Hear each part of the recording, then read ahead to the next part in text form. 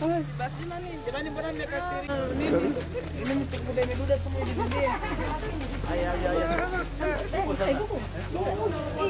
Chakula ilikuwaje? Na maji ya kulala.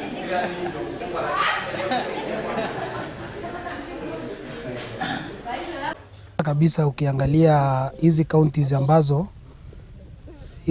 ambazo ziko Northern Kenya kutoka West Pokot mpaka Lamu, Garissa, hizi ni counties ambazo zinaafektiwa sana sana na kiangazi, na wakati mifugo zinakufa, mifugo zinapotea, vijana wengine wanajiunga na mambo ya wizi ya mifugo, so maisha inakuwa ngumu sana upande ya Northern Kenya, na vijana wanaweza kujiunga na mambo na wizi.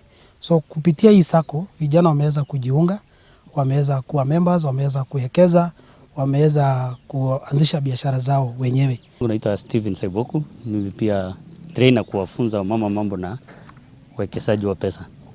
Hii mabiashara kama ya mboga, kuku, tunawafund, tunaanzisha na pesa kidogo, wanafanya hii biashara, at least watoto wao wanapata pesa ya kwenda shule.